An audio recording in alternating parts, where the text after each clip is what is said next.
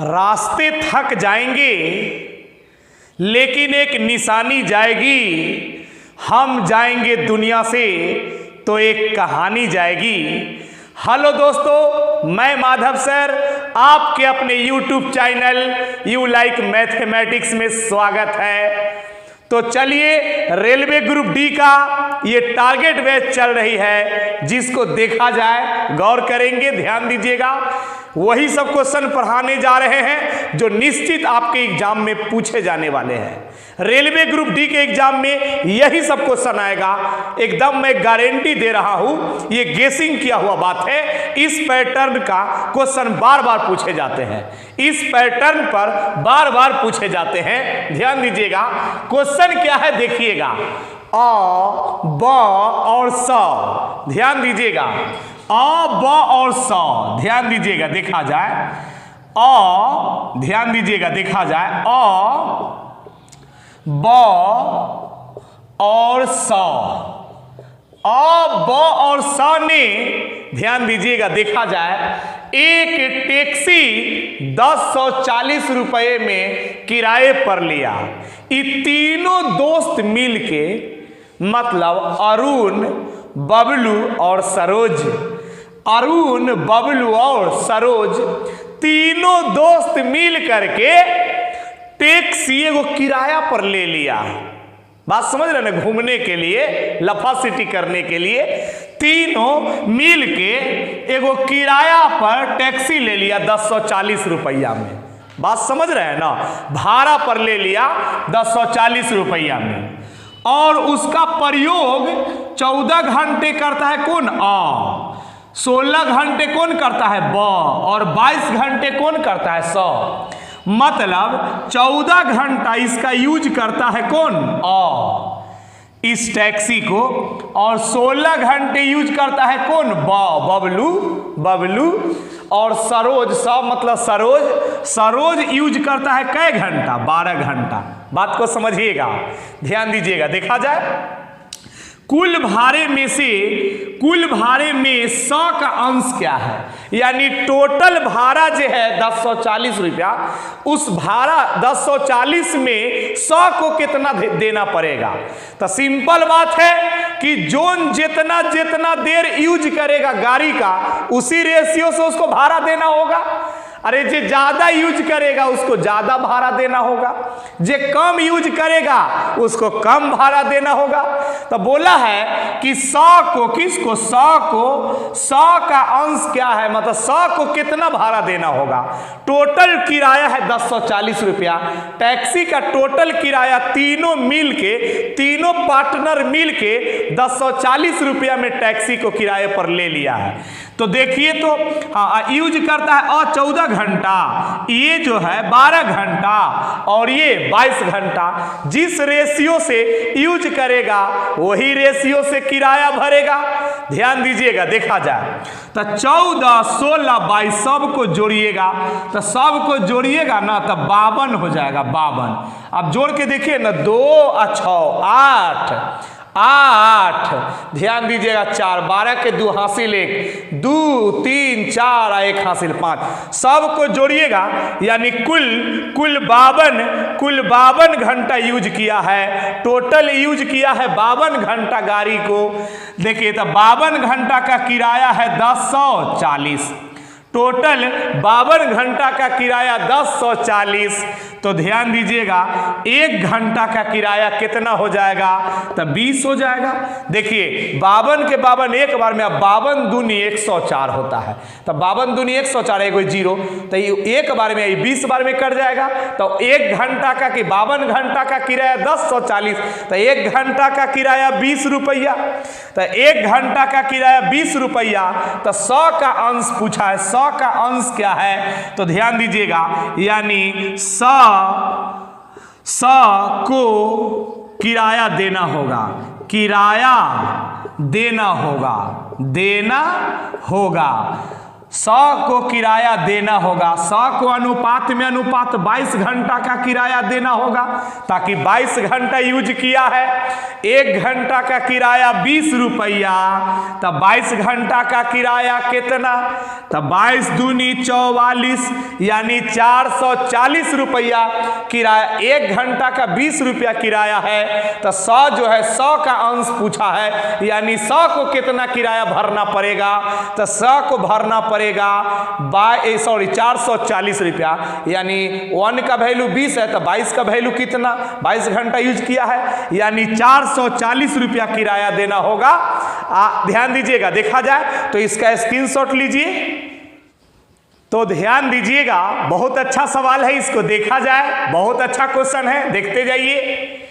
इतना और इतना का मध्य अनुपात निकालना है। मध्य या अनुपाती निकालना है। मध्य अनुपात या मध्यानुपाती बात एक ही है, ध्यान दीजिएगा, या मध्य समानुपात सब एक ही बात है। ध्यान दीजिएगा, इतना और इतना का मध्यानुपाती निकालना है। मध्यानुपाती निकालने का फार्मूला होता है, याद रखिएगा, एक फार्मूला है जिसको परमानेंट याद रखिएगा। ध्यान दीजिएगा, मध्यानुपाती ज्ञात करना है।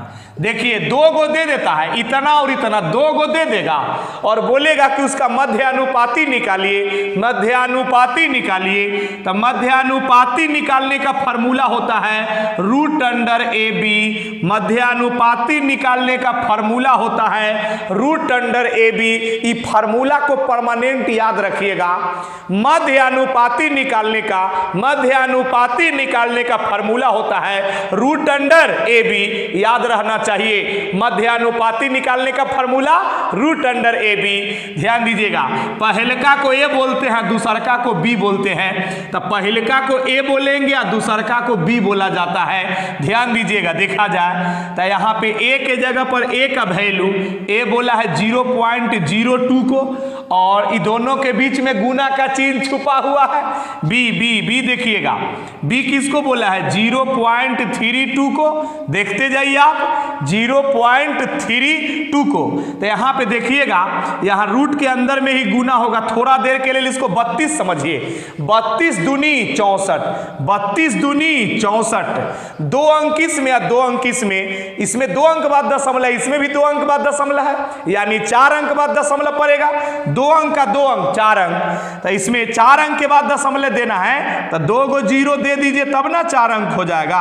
और दशमलव के पहले 0 भी देने से काम चलता है, दशमलव के पहले 0 दे देने से कोई फर्क नहीं पड़ता है। देखिए 32 दूनी 64, 2 अंक का 2 अंक 4 अंक, तो 4 अंक, तो इसके लिए 2 को 0 देना होगा तब ना 4 अंक के बाद दशमलव पड़ेगा। 2 अंक का 2 अंक 4 अंक। देखिए 64 पर रूट लगा। रूट का मतलब क्या होता है, वर्गमूल। 64 का क्या होता है 8, 64 का क्या होता है वर्गमूल 8 होता है ना। रूट के अंदर में 4 अंक के बाद दशमलव है, तब बाहर में ठीक आधा अंक के बाद 2 अंक के बाद। रूट के अंदर में 2 अंक के बाद रहेगा तो बाहर में 1 अंक के बाद। रूट के अंदर में 10 अंक के बाद रहेगा तो नीचे बाहर में 5 अंक के बाद हो जाएगा। यानी रूट के अंदर में अगर 2 गो 2 रहता है तो बाहर में 1 गो 2 लिखाता है ना। उसी तरीके से रूट के अंदर अगर 2 अंक के बाद दशमलव है तो बाहर में 1 अंक के बाद दशमलव। रूट के अंदर में अगर 4 गो 2 है, 4 गो 2 है, तो बाहर में 2 गो 2 लिखाएगा। ई 2 गो के 1 गो, फिर 2 के, तो 4 गो के बदला में 2 गो लिखाता है। उसी तरीके से 4 अंक के बाद दशमलव है रूट के अंदर में, तब बाहर में 2 अंक के बाद। 4 अंक के बदला में 2 अंक के बाद। रूट के अंदर में अगर 6 अंक के बाद है तो बाहर में ठीक आधा अंक के बाद, ठीक जस्ट आधा अंक के बाद। तो ये 4 अंक है तो बाहर में 2 अंक के बाद।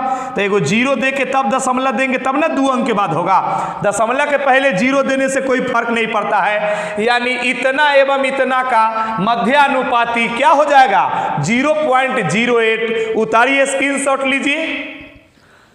क्वेश्चन बहुत इजी है, देखिए बहुत आसान सवाल है, देखिएगा, ध्यान दीजिएगा।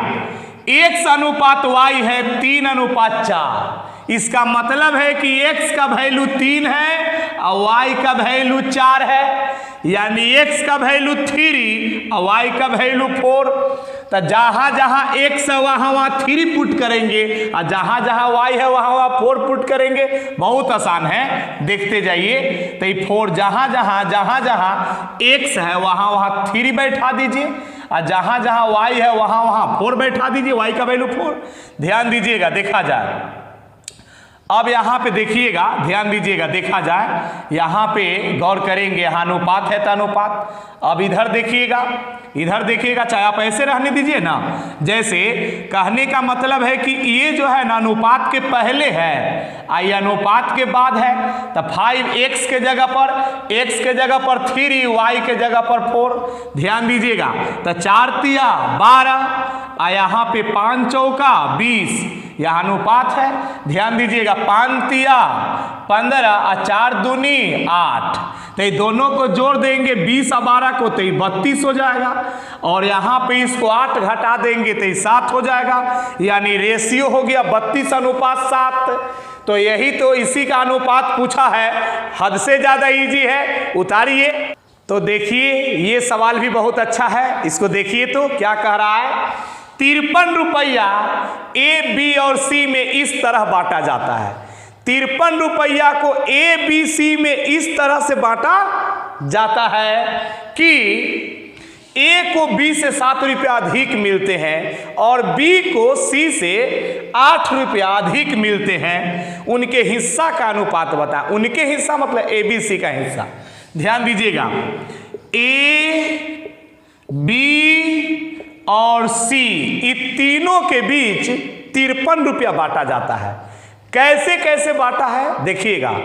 बोला है बी को सी से 8 रुपया ज्यादा मिलता है। बी को, किसको? बबलू को।